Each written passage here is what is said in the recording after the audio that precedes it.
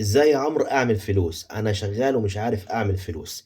السؤال هنا كأنك انت بتسألني، هل يا عمرو الفلوس دي اثرت عليك في اليوم من الايام؟ طبعا اكيد. طيب هل كانت سبب في اذاك؟ طبعا اكيد. كانت مفيش معايا فلوس وكانت فعلا سبب في اذايا. طب هل في طريقة نقدر نعمل بيها فلوس؟ ايوه طبعا في طريقة تقدر تعمل بيها فلوس. طب انا مرتبي مش مكفيني. لو مرتبك 1000 جنيه وعندك النية انك تعمل فلوس، هتقدر تعمل فلوس. اللي هو ازاي؟ قبل اي حاجة لازم تكون عارف وواثق ان الفلوس دي وسيلة مش غاية، بس هي وسيلة توصلك للغاية. على سبيل المثال لو انت راجل مثلا عايز تتعلم طالب علم، الفلوس مطلوبة عشان توصلك للغاية اللي انت محتاجها في التعليم بتاعك. فهي وسيلة ومطلوبة وشيء اساسي في حياة كل انسان، وهي الشيء اللي بيسهل عليك امور الحياة. فلا بد برضو تكون من اولوياتك، تمام، في انك انت ازاي تقدر تعمل فلوس. على سبيل المثال انا في يوم من الايام الفلوس اذتني عشان قلتها، ايوه اذتني. بسببها انا اتحبست ظلم في محضر كهرباء، كنت موصل كهرباء وجاني محضر اني انا سارق كهرباء سرقه، وعشان كان ما معيش المبلغ اللي انا ندفعه اتحبست حوالي 8 ايام لحد ما عملت مصالحه مع شركه الكهرباء وطلعت من الموضوع ده على خير وسلام الحمد لله. وبعد كده فكرت ازاي اني انا ابدا واستثمر واعمل فلوس واقدر احوش فلوس. الكلام اللي أنا بحكيه ده من حوالي 15 سنة عدوا، مش النهارده ولا امبارح. طيب ازاي انا اقدر اعمل فلوس حتى لو مرتب بتاعي حوالي 1000 جنيه؟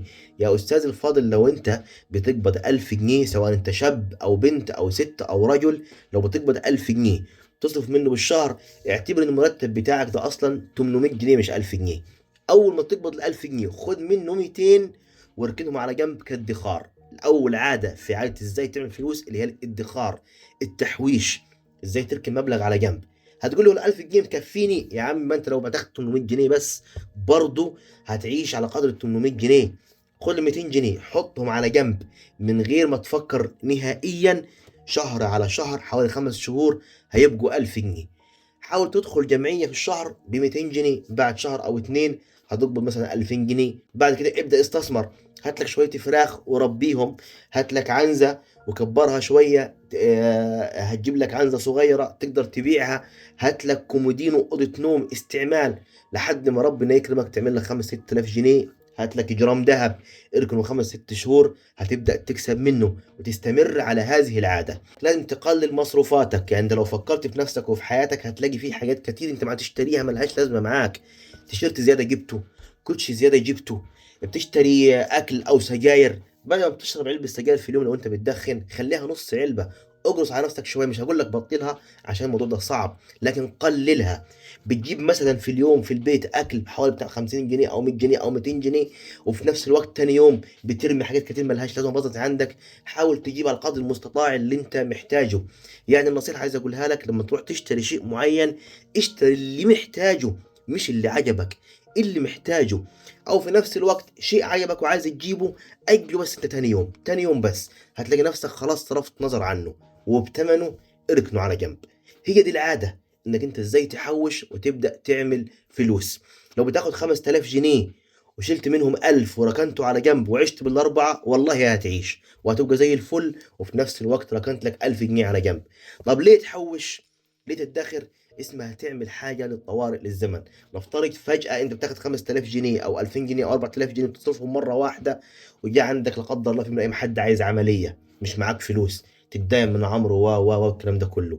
طيب مثلا مناسبة زواج اي حاجة حصلت معاك وعايز فلوس مش معاك.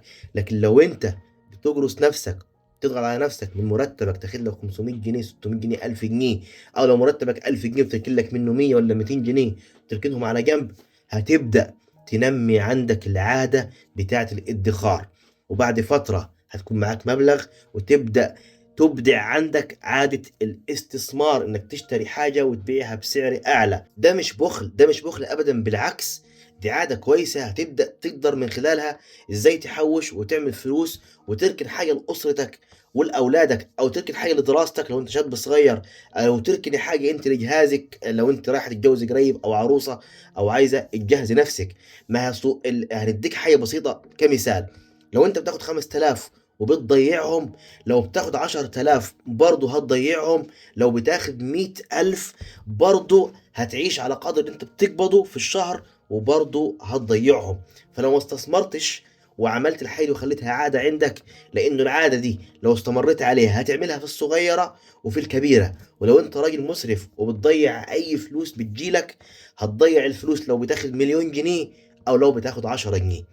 فنمي عندك عادة الاستثمار أو التحويش عشان تبقى عندك عادة، بحيث لما تقبض مرتب كبير أو أعلى تعرف تركن منه حاجة على جنب تنفعك للزمن وفي الطوارئ وفي الأيام الصعبة اللي هي ما تتوقعهاش ومفيش أي حد توقعها في يوم من الأيام.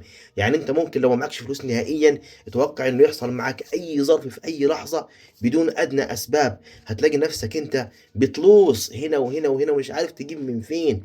لكن لو عامل حسابك لل1000 جنيه المستهون بيه، لو ركنته على جنب هينفعك في يوم من الأيام تكون محتاج مبلغ 1000 جنيه.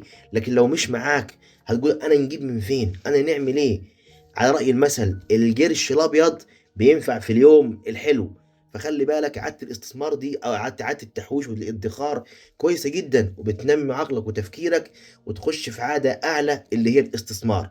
إنه بس أنت واعمل وسيبها على الله وهتلاقي أمورك كلها ماشية ومتيسرة. أهم حاجة السعي والنية في أي شيء أنت عايزه في حياتك. بعد فترة وفترة هتبدأ تنمي عادتين اتنين عندك يكملوا بعض، اللي هم أهم قواعد إنك إزاي تقدر تعمل فلوس. وبعد كده الفلوس هي اللي بتجيب فلوس. فأنت لو دخلك حاليا أيا كان هو إيه، حاول تقلل مصروفاتك بقدر الإمكان، تشتري الحاجة اللي محتاجها مش اللي عجباك. وفي نفس الوقت تاخد لك جزء ولو بسيط، 10% 5% من مرتبك أو من دخلك تركنه على جنب. وخدها مني نصيحة عن تجربة من أخوك اللي قدامك ده، سواء أنت بتسمعني من أي مكان، بعد 5 6 شهور لو العادة دي استمرت عندك هتبقى عادة أساسية مش تقدر تبطلها، وهتشكرني عليها مستقبلا وهتقول لي فعلا أنا مشيت على نصيحتك وبدأت أعمل فلوس وبقى معايا قرش. تحياتي ليك، بحبك في الله.